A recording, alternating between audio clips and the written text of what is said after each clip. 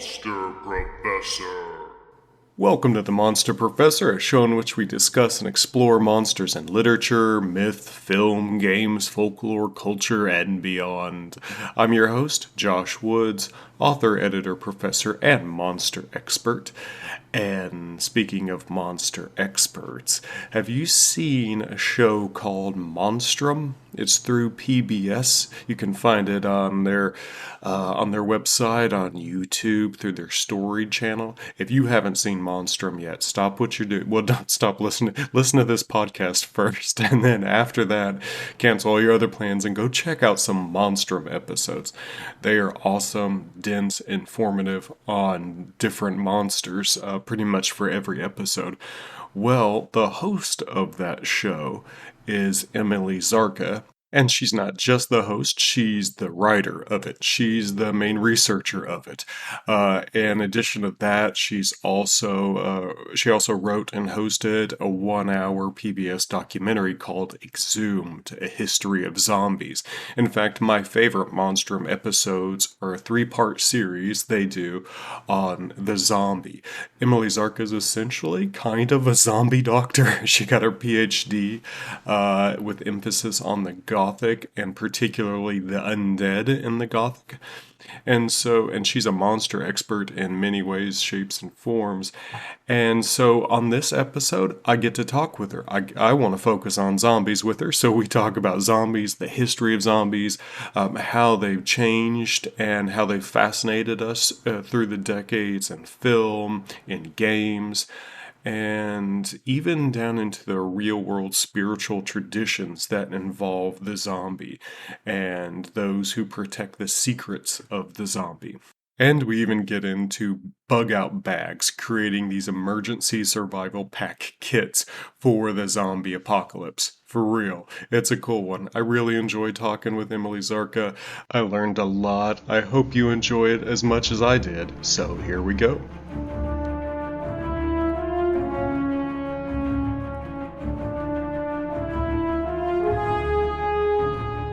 It's a huge pleasure to speak with Emily Zarka. Essentially, she's a monster doctor, really. So I think and a professional monster host. So you're getting to hear the amateur monster professor talk with the professional monster doctor. So Emily, thank you so much for coming on the Monster Professor.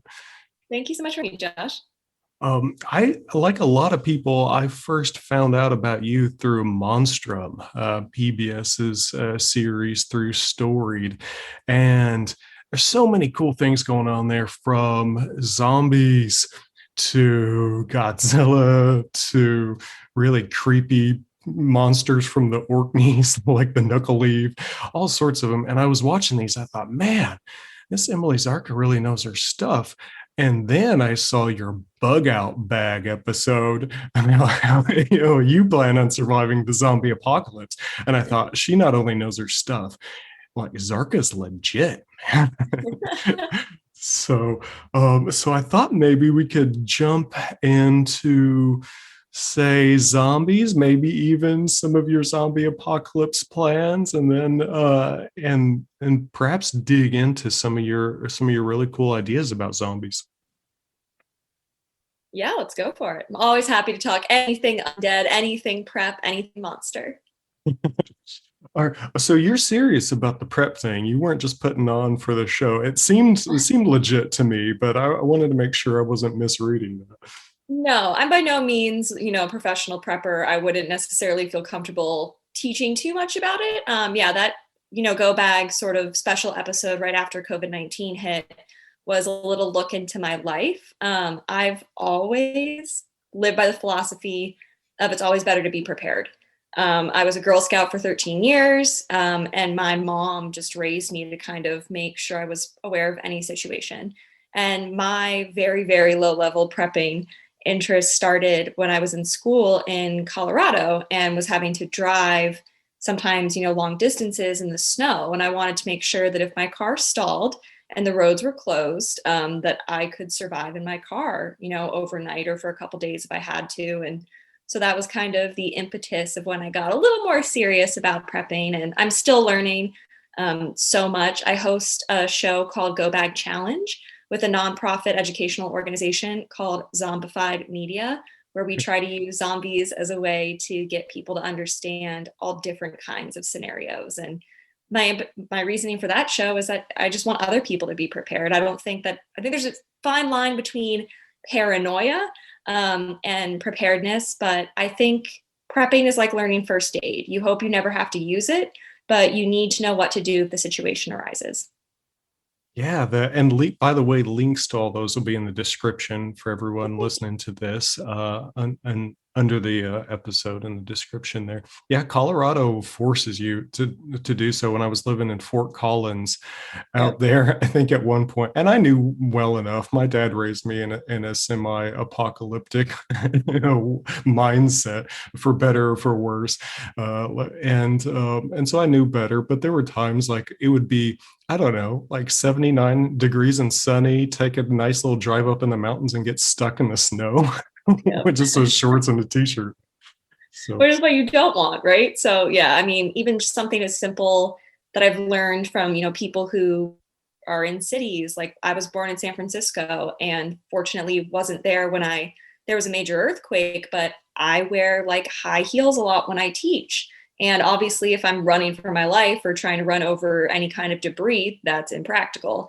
So in my prep bag in my car, I have a pair of like spare sneakers and thick socks. So at least it's about the little things. I'm by no means, I wish I could say I was cool enough to have some kind of secret cabin or bunker, somewhere near where I live, but I don't. I just do the little more practical things that, again, I think not necessarily save your life, but they could. And more importantly, I think they make you more comfortable if a situation does arise, natural disaster, global pandemic, or a zombie apocalypse.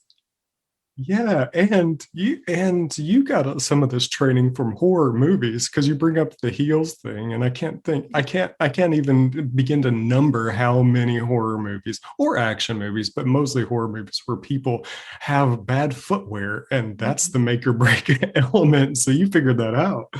Yeah, and I think that's one of the reasons that I love horror so much. And it's from video games, from movies, TV shows, books. I think that horror is a way to teach us what to do in terrible situations.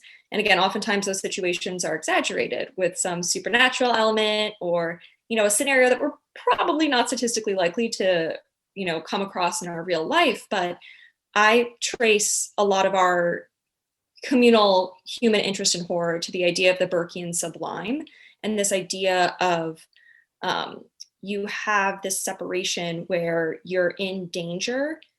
You yourself are not in danger, but you're viewing something that could be considered a dangerous situation, or you're viewing something could inspire the sublime, which goes more to horror, but instead you're in this idea of pleasure where the bad thing is removed. I like to describe this as if you're looking at a picture of the Grand Canyon, you can be in awe of its beauty and, think to yourself like, wow, that's really big and I can't believe that thing exists.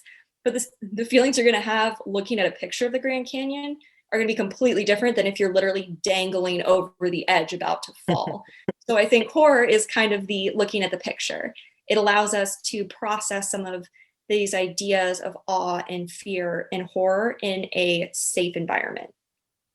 Yeah, yeah. Well, I'm kind of curious about when that Burkean sublime kind of snaps, like, when Jaws came out or The Exorcist came out, like it wasn't safe any longer just to watch The Exorcist. Like there were a whole lot of conversions to Catholicism after that movie came out because people were legitimately terrified of demons, and I can't necessarily exclude myself from that every time I watch a possession movie. What are your thoughts on when that separation and safety breaks for a horror story? I think it's dependent in a lot of ways on the individual. I think that, if you've had a personal life experience or know someone who has, maybe been a victim of a serial killer or like sexual assault, I think that it is really difficult to sort of have that distance or more difficult. So I think it is, a little bit of an individual basis, but if, maybe The Ring is a good example where like we watch The Ring and we have this fear that, oh my gosh, some more could come out at my TV. but that's a really good example. It's like when the actual boundary between the fact and the fiction, or the reality and, non-reality, is blurred. I think it requires a physical element, personally, to really have the sort of sublime effect where it's more akin to pain, fear, and terror. Whereas pleasure, when we have that sort of boundary in between, if that's, a computer screen, if that's a television screen, we need to have that barrier between us and the thing. And if the barrier is breached, I think that's when we experience something more akin to primal fear. So in terms of the exorcism, I can see why people might be, like, have gotten a little nervous and decided to convert, which seems very dramatic in my opinion. But perhaps those people identified some aspect of their life in the movie that hit a little too close to home, and that sort of inspired that impetus to change religion or take on a new religion. But again, I think that's one of the reasons why we have horror, and that's why we make monsters, is because we don't want to have that boundary broken in our real lives. But psychologically, intellectually, having, being able to press up against it and sort of touch our hand, with a barrier in between, like when we're at the zoo, right, looking at, a lion through that thick plexiglass or something. One time I was at a zoo in Australia, and something was going on with the gorilla exhibit, and they started like banging on the glass. And I looked at my dad, who I was with at the time, and I was like, we have to leave. So for me, it's like when that boundary might be broken and you physically see, the cracks, that's when I think it becomes more pure terror. God, yeah. Weirdly, I had a similar Jurassic Yeah. Park like experience in a zoo. There's a flash flood coming, and I was gonna like get stuck or perhaps swept away. And there was a zoo on a hill, and so I made my way in there. Like, oh, I'm safe. I'm the only one here. I'm just gonna skip around and like mess with the animals. And then the power goes out, Yeah. and then this lioness starts doing the like the flinch after me, like she's gonna Oh eat God. me. And Yeah. there was no amount of bars or safety glass that could have Mhm. made me feel safe and feel safe. I was absolutely terrified. So yeah, it's that maybe it does take that something, that physical Mhm. kind of, that bridge. Well, maybe that's our bridge to the zombie. I mean, Yeah. that's something that's taking this kind of undead idea for so long, and like gothic seeming spectral or diaphanous, this kind of cloudy thing that moves in and out, and it put that in a very concrete, like fleshy, an actual down to earth body. And then we have the zombie, and then our brains kind of got taken over by it as a culture, and I'm not sure we're out of it yet. So maybe we can get into some of your thoughts on the zombie. I think you do a fantastic tour of it in your series, and it's probably aiming too high to try to get through that whole thing. But could you briefly give me an entire history of Cover the the zombie? basics. Yeah. Yeah, but I'm Um, curious about what you think some of the mhm. signposts are, of how zombies have fascinated us through the years. Absolutely. I think the first place to really start is the undead are my absolute favorite monsters of all time. I love a good reanimated corpse. Part of that is because I think that from my research, every place in the world that buries its dead also has some kind of undead monster. I Ooh. think that it's a very human fear to not know what happens after we die, not know if there is an afterlife or what it looks like. And truly, we don't know what to do if death were to literally rise back up and come at us. And I think part of that has to do with a fear of, not being able to rest body, mind, and soul. And I think that the zombie, ZOMBI, is a great example, of just how permanent and how dramatic that can be, because all monsters have connections to the real world. So historically, the zombie goes back before written literature. I always like to remind people that before, the monsters that we saw on the screen or read in a book existed, there was oral folklore and history, maybe some art, but before the descriptions were written down anywhere, a lot of these ideas existed, including the zombie. So the concept of the zombie, again, Z-O-M-B-I, the original spelling, emerged in Vodou from West African spiritual practices that were brought to Haiti via slavery. Europeans sort of became aware of the idea as a fleeting concept only at that time. They relegated it to something that, only the slaves, only the Black folks were concerned with, and sort of dismissed it. So the first written instance of the word zombie, Z-O-M-B-I, in any language is actually 1697 in a French text that's talking about the French Caribbean. And about this woman who's plagued at night by an invisible spirit, and they're referred to as zombies, Z-O-M-B-I. But that's not the zombie as people of Vodou practitioners would understand it. And it's obviously a very far cry from the undead we recognize today. But it really wasn't until the American occupation of Haiti in the early 20th century when American journalists and military personnel documented their exaggerated accounts of the zombie as they appeared in fictional literature that's when they first started to appear in fictional literature in any real way.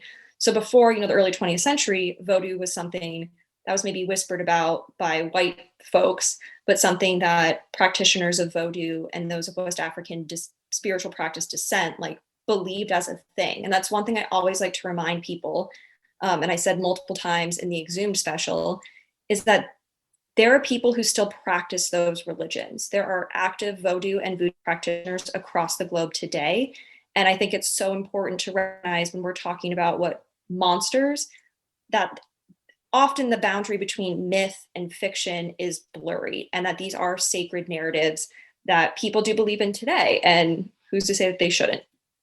But going back to the zombie in general, so we have these first instances of the zombie appearing in, English literature and Western literature and white culture in the early 20th century. And we see the first movies, White Zombie, right, in the 30s.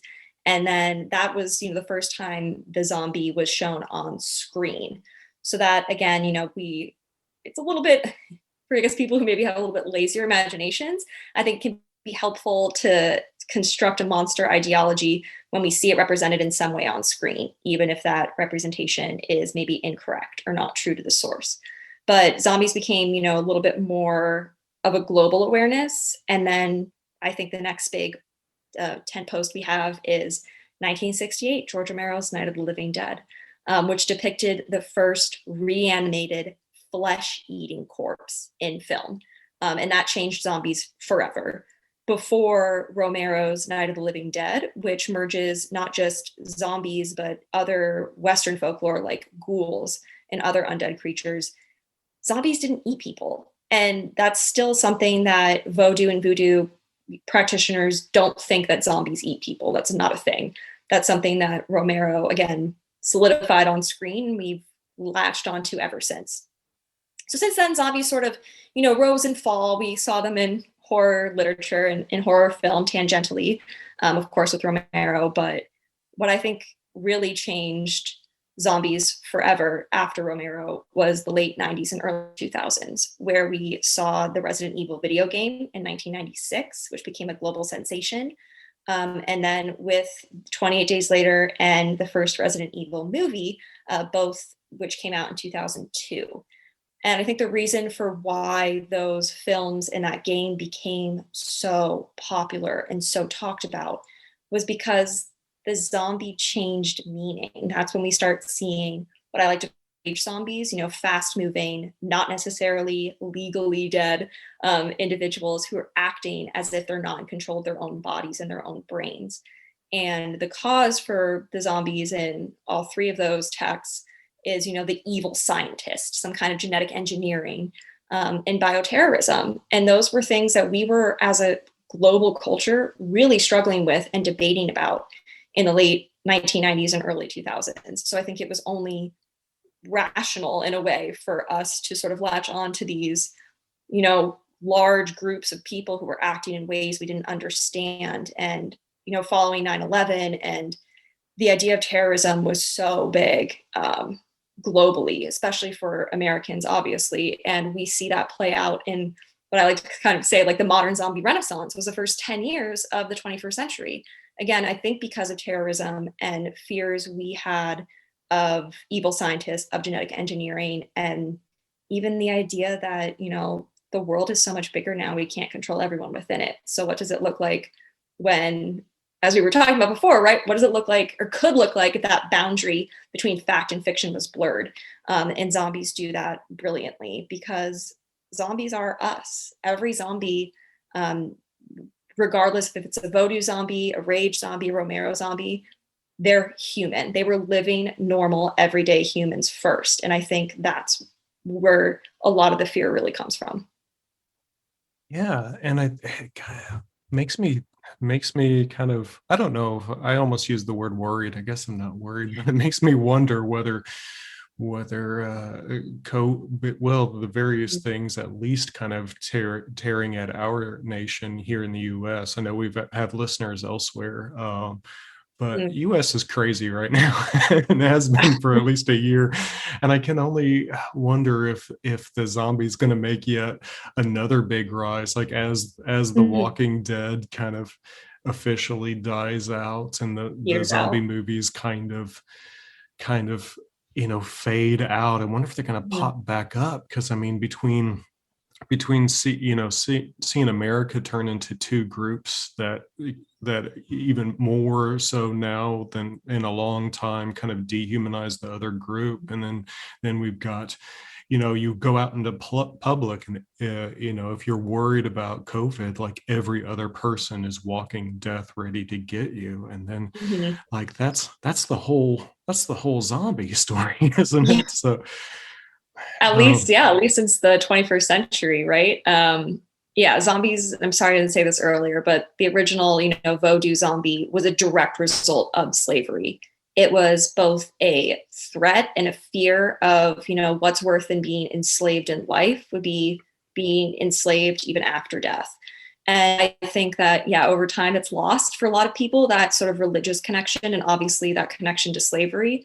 But I think COVID and the political situation, particularly here in the United States, over the last year makes it likely that I think we're going to see more zombies on bigger screens.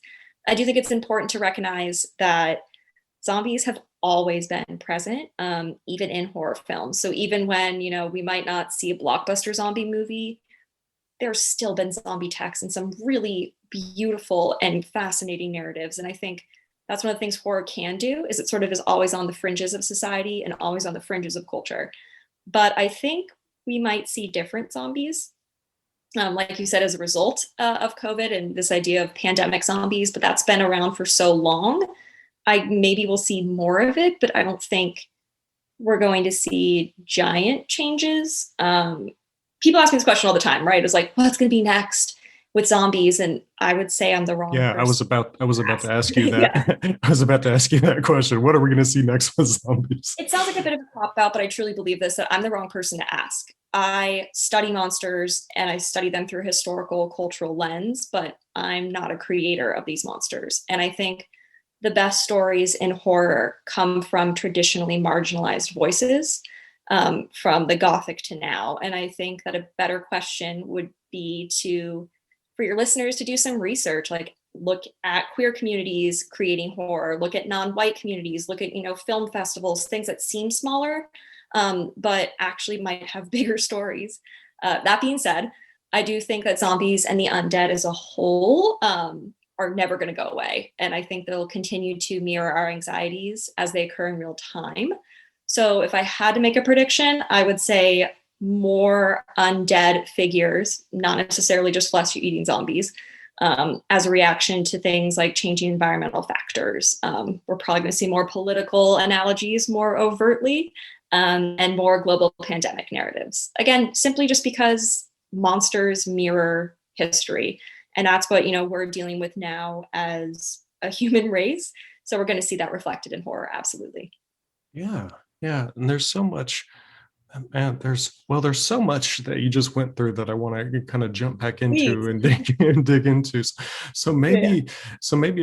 back at the start of the zombie and Vodou, and so So when those folk practices and the folk tradition of the zombie came over to the Caribbean, through Africa, did the zombie exist on Africa before the slave Mhm. trade? Was that a part of the Vodou or even the hoodoo Mhm. kind of folk magic traditions? Yeah. That's a really good question.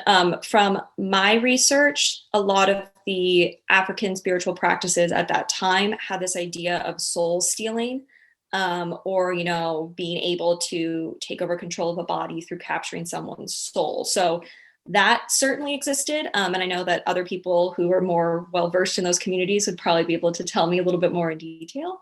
But in terms of the zombie as like the literal word zombi, that arose in Haiti. And the reason was because you have all these enslaved people who were being forcibly removed from their homes and sort of forced together. And, Africa is a huge continent, and their cultures and communities and religious practices are so diverse, even the languages, that I believe Haitian Vodou emerged because those people were desperate for something to remind them of home, to honor their ancestors, and to sort of unite as a community in these horrible situations.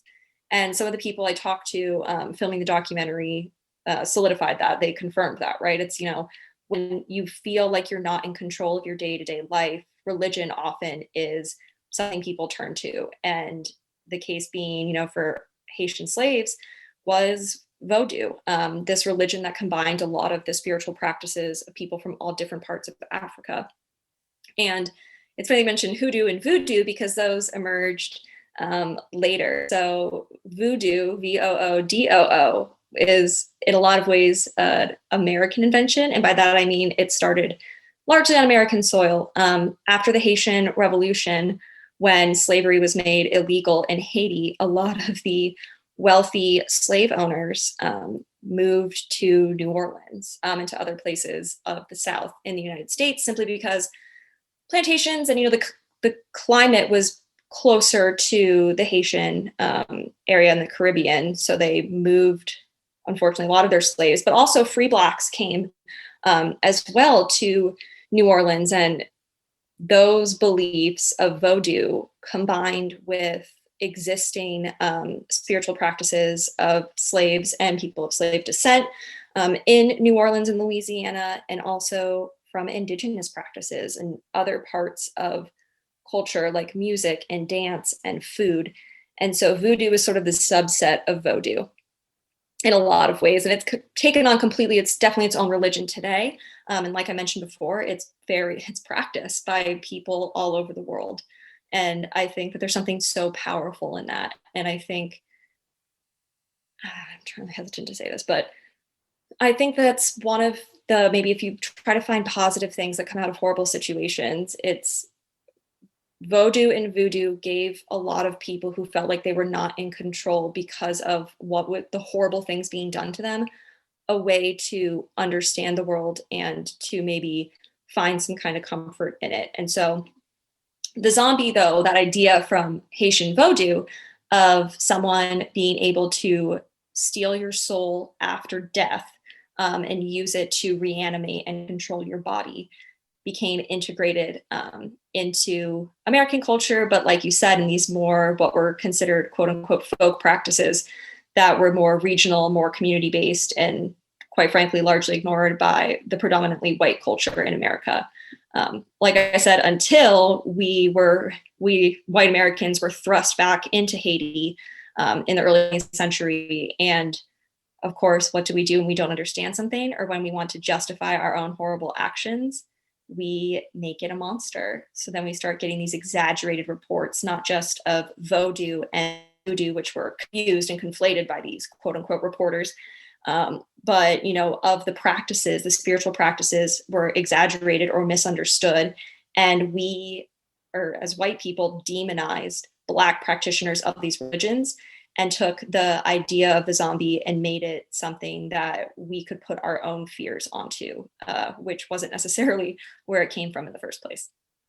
Yeah, and you even Like you interviewed some fantastic experts, and I seem to remember at one point you got to talk with one of these practicing magicians, priests, and you were asking about the real recipe to Mhm. turn someone into a zombie and the real procedure by which to do so. And somewhat politely, although there seemed to be a little bit behind the curtain he was holding back, he kind of shut you Yeah. down pretty damn fast. and I've run into similar situations when I've talked to occult magicians or occult practitioners when I'm kind of curious and asking about real magical practices. They're very quick to warn me, you don't dabble in magic the way you don't dabble in brain surgery. So, Mhm. and I'm quickly warned off my kind of playful investigations. And I don't know if I've learned my lesson yet. I hope I can learn it before I real do something actually magically bad. But I'm Mhm. I'm curious if what your thought, if I Yeah. was reading that scene wrong, or if you felt that way too, and what your real feelings are about the kind of shutting Yeah. down of the looking deeper into it. I think I want to address that in two parts. One, I believe the person you're speaking to who appeared predominantly in the documentary, who I am, the one thing I want to say, and I say it over and over again, but the best part about this job is being able to talk to people that I would not necessarily ever be able to talk to Yeah. in my other research that I do and my other life experiences, and being able to talk to both Vodou and Voodoo priests and priestesses was an honor in so many ways. And I don't think those people would say that they practice magic. I think that they would say that they're, honoring their ancestors and engaging in spiritual practices. I would say that they're doing quote unquote magic in the same way you could argue a Catholic priest is quote unquote doing magic when they convert bread into the body of Christ.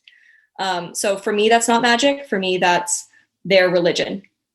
And I think part of that goes to the second part of my answer, where I don't get offended when I was shut down like that. And Divine Prince was not the only person who sort of shut me down like that, but I respect that boundary, and I respect that, polite, as you said, sort of ending that part of the conversation.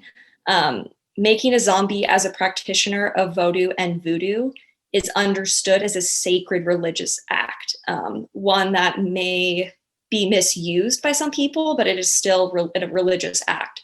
So the same way I would never ask a Catholic priest to teach me step by step how to consecrate the Eucharist, or I would never attempt to perform a sacred dine, song, ceremonial, or dance.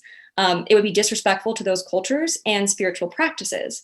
And I think it's important as a scholar of myth in a lot of ways to recognize that these are not old or fake stories, but sacred narratives, and that they deserve my respect. So, it's just like anything. It's kind of like, this is my business, it's not your business. And as you mentioned, that a lot of the time, and this was told to me too, is that how a zombie is made is a dangerous process, and that having someone who's not experienced enough, literally but also spiritually, to do that could be incredibly dangerous for a lot of people. So yeah, I think, was I ever expecting that any practitioner of Vodou or Voodoo would walk me through how to make a zombie? No, I was not. But I think it was important to ask the question so that viewers of the documentary could, hear an answer from a person of that community say, like, no, it's not something we talk about. That's a really good answer and a really smart one. And so I'm wondering now if, see, in addition to my own bug out bags, Yeah. I've got a legit vampire slaying kit, and I'm wondering if even that's crossing the line. Like maybe I Yeah. should just stay out of it. Maybe if a vampire were coming to town, oh Yeah. God, I'm just now realizing this. If a vampire were to come to town, wouldn't he want to take out the one person who's prepped for him? Oh Right. no. Exactly. I mean, that's the Van Helsing equation, right? That we see played out in all these, Dracula narratives. No, and I Yeah. think and this is where it gets so interesting. And what I study and study monsters is that for a long time, people believed, still believe actually, that vampires are real. And yeah, sometimes throughout history, at least, the people who would dispose of people that were believed to be vampires were not always, but some, like, leaders of the community, which could be spiritual leaders like priests. or, could just be important people in the community. So, yeah, I mean, if I went back in time, 400 years and, happened to be in Eastern Europe, I would never, hey, sir, can you tell me how to do this? I would watch it and be interested and take notes. But yeah, there's a great scene that kind of talks about this. And I wish I could remember the movie right now because it's a comedic scene where, oh God, I wish I could remember. I'm gonna have to look it up and email it to you so you can put it in the comments for this episode. Okay. But there's someone who's being confronted with a vampire and holds up a cross, and that doesn't work. And so switches on this little keychain to, the Star of David, and that doesn't work. Because that's the joke, is that hypothetically a symbol of religion, of any religion, is only going to be effective if the vampire believes that can actually have an effect on them, which means they would have had to be part of that religion or believe that it's something that they practice. So I think that's funny. Crosses were part of vampire killing. So I would hope that in your vampire kit, hypothetical or not, that you would have other things. I mean, a stake through the heart always is very common. Other things that were common practices would be beheadings, or actually cremating the body. So those are more reliable than a cross. If you had asked me as a monster expert, I would say go with a beheading or cremation. I'm prepped for all that, but you're reminding me of those because there are lots of those good movies. The first one I can remember, not that this is the one you're thinking of, but I think it was Roman Polanski's Fearless Vampire Killers, in which the Jewish innkeeper gets turned into a vampire, so only the Star of David works against him or something. So I need to keep that in mind. And that kind of gets back to Richard Matheson's kind of I Am Legend too, where the ghoul zombie vampire things only fear that which they were actually connected to in life. But no, I'm a huge fan of Richard Matheson.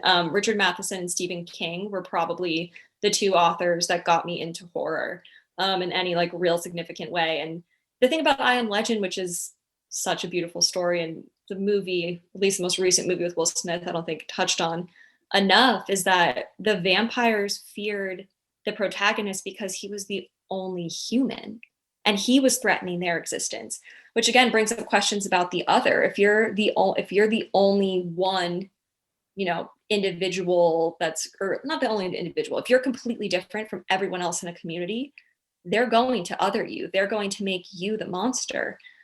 So it's fascinating, right? From his perspective, the vampires were the thing he needed to seek out and kill.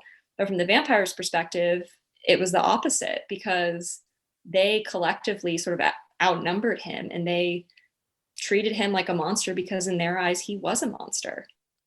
Yeah, it was so beautiful in the book. I don't know if any I just haven't been pleased with any movie version of it, because I mean, the Will Smith version, he's partially responsible, he's a high-ranking dude in the issue, but Matheson, he's just some dude who thinks he's protecting his suburban house, and he's actually to them this serial killer. And so not only are you have no connection to it, but you think you're a normal guy, and you are not. You're the monster, and they're just that beautiful horror reverse done at the end that I don't know if I felt in the movie versions. But yeah, you're right, it's beautiful. I haven't felt it. Yeah. And I mean, even watch the original cut of Will Smith's I Am Legend, it doesn't have the same meaning, which again, but I think I've taught classes on adaptation, film and media classes. What I always remind my students is that adaptation isn't necessarily better or worse than the original story that it's based on. It's just different, because as our culture changes, as history changes, and who's telling the story changes, they're going to put their own, life influences into the story. So I like to say that adaptation is part of a web, right? Where the source text is at the center, but it can branch out in all these different directions. Adaptation does not have to be linear for us to appreciate it. Yeah.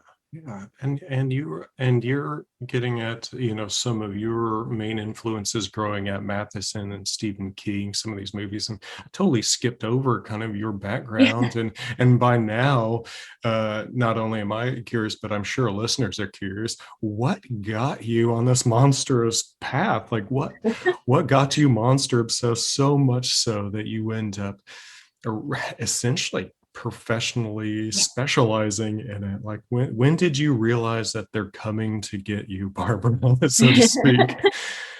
I saw that movie. I saw Night of the Living Dead under the age of 10. I can't pinpoint the exact Oh, that's year, what's wrong with you. no, that's what's right with me.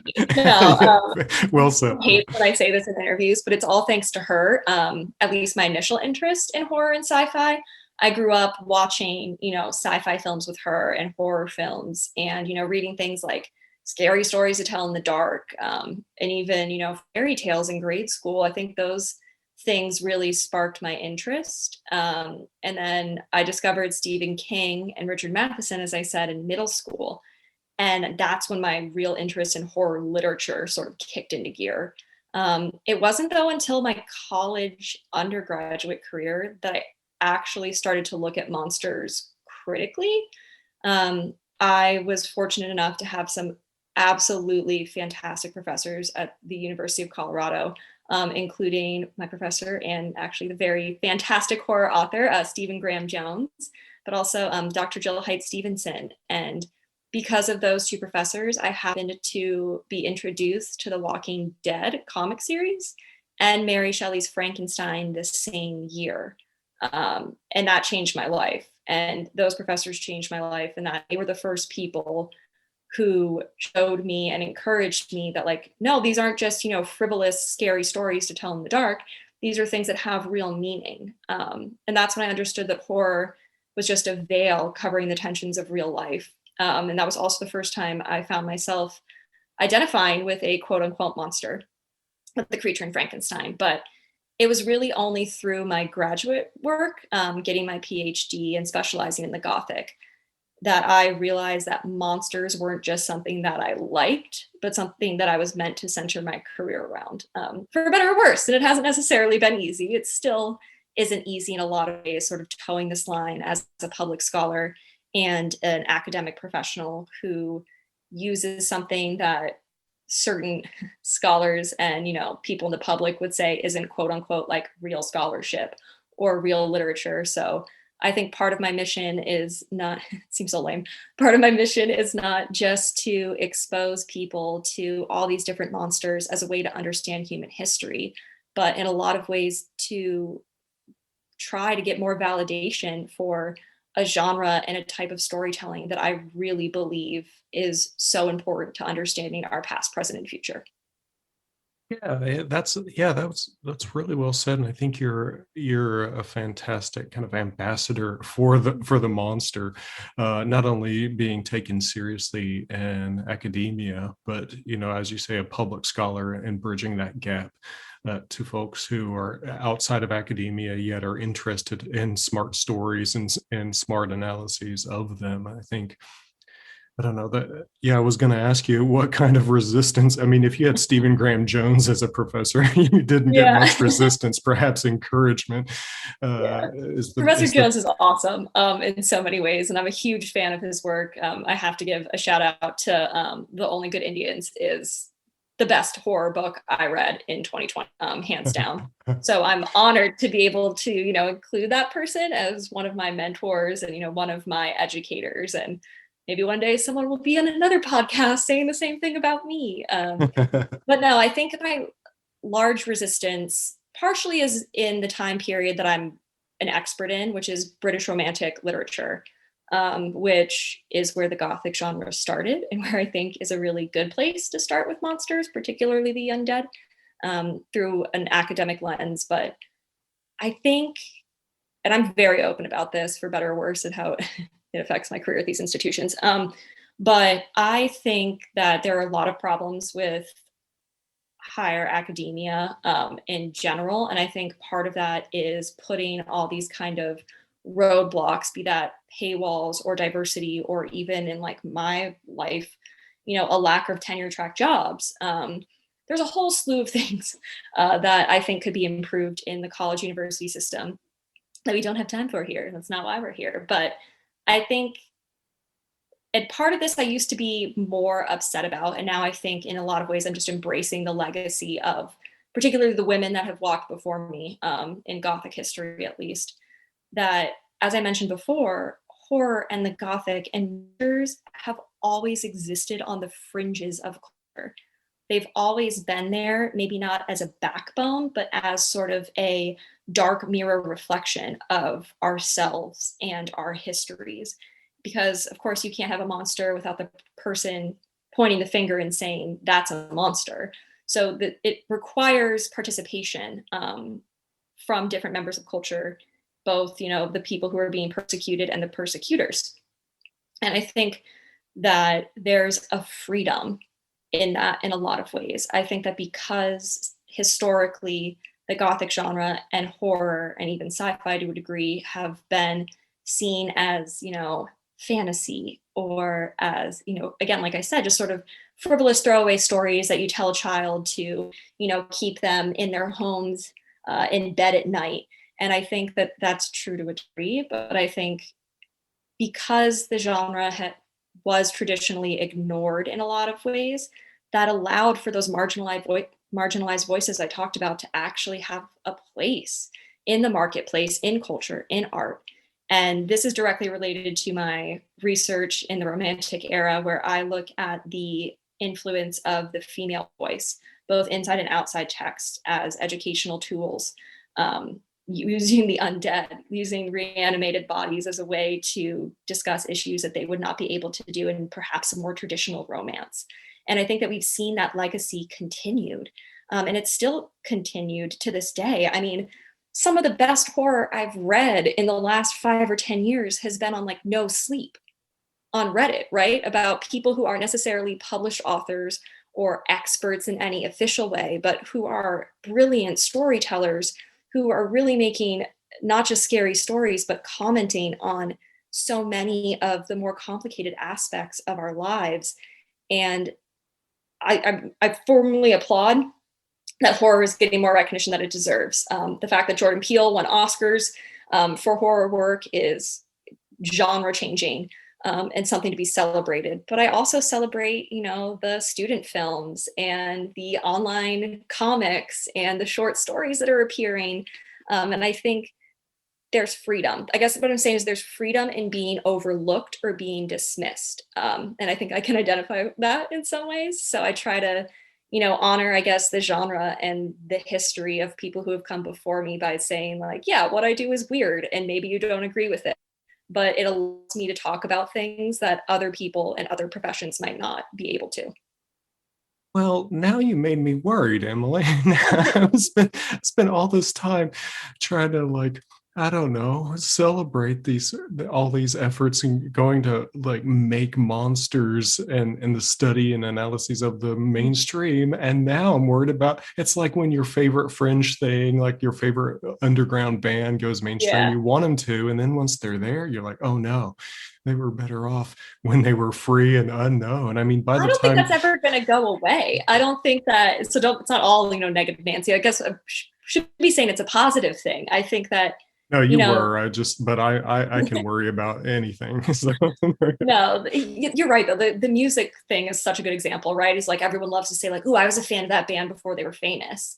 I was a fan of that director or that, type of monster before it was popular. That doesn't mean it's any better or worse. Just because more people know about something doesn't make it lesser than.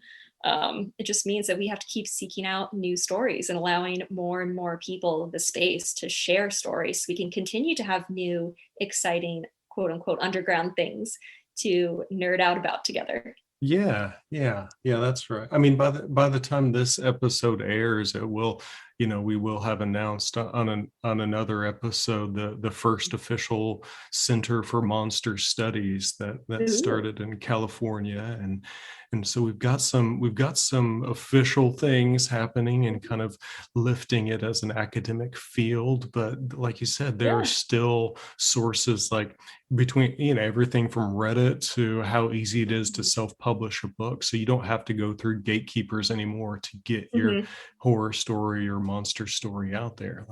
Or podcast. Hell, I didn't check with anybody before I started doing this. I just recorded myself talking about monsters and just uploaded but it. again, I love that, and that's why I always say yes to interviews like this, because I just think it's so important to remove those gatekeepers. And I think, like I said, I toe the line between public and private and popular and niche. And I don't think there's anything wrong with that. I think we should all, we should be doing that. I think part of my work as a scholar and belonging to this community and calling myself a monster expert is to recognize both sides of the coin.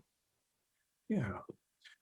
Well, man, I'm just now realizing, I feel like we're just getting going, and I'm realizing that we're well past 40 minutes and coming up on an hour. So, man, the time has sped by. You've been really generous with your time. Perhaps I can get one more answer out of you to a weird question, and then maybe a little bit of time for some shameless plugging of where people can find out more about you. Of course. I love weird questions. Lay it on me. All right. I'm going to hit you with two. You can pick either or, Okay. or both, I guess, if you want. I'm curious which monster scared you most as a child, and or the simplest and perhaps most difficult question of all, what's your personal favorite monster of all time? Well, luckily, I can answer both of those questions sort of with a single answer. Um, I was absolutely terrified, ironically, of vampires. The undead are my favorite type of monster, including vampires and zombies and everything in between. And I wrote my dissertation largely in many ways about vampires, but more importantly, the undead. But I saw Salem's Lot as a kid, and like maybe 8, I think I saw it. And I remember the scene where, I don't know if it's Tommy or whatever his name is like scratching on the window, being like, let me in. And that image stuck with me for years. And I would sleep, it's embarrassing. I would sleep with the covers completely over my head, except for a little slit for like my nose to breathe, obviously. And so I have one eye. Because I wanted to maybe if it was in front of me, but also not know. So no, I was terrified of vampires as a kid. And I think maybe going back to some of the stuff we talked about earlier, maybe it was that terror that drove me also to the undead in some ways, like wanting to understand, why am I afraid of this thing? And then the other more embarrassing answer to what also scared me the most as a child were, and still do, sprouting potatoes. Because of a Cheese Weird Mystery episode where aliens take over people as basically human meat puppets, and they do so through demonic sprouting potatoes. So that's my two answers. I was scared of vampires and potatoes.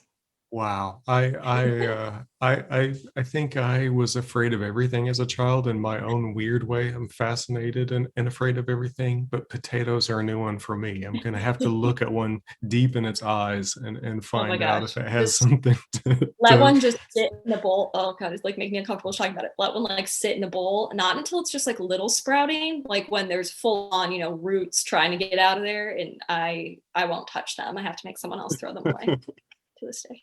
Well, Emily, this has been really a really cool conversation. I learned a lot. I know listeners are going to love it as well, and they've got to be curious about where to find out more from you.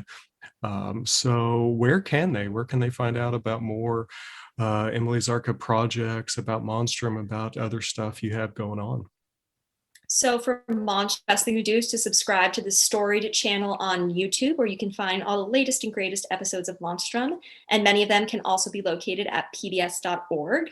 If you want to know what I'm doing with Monstrum, with my personal research, with forthcoming book projects, check out my personal Twitter page at Zarka Emily for all updates on all my research. And links to all those, along with Go Bag Challenge, will be in the description. So if you're listening to this, just look on whichever platform you found it, and there are your links. So Emily, you've been really generous with your time. It's been a fantastic conversation and a lot of fun. And now I have new things to fear. So thanks a lot for that. Happy I can do that for you. But thank you so much for having me on. It's been absolutely fantastic.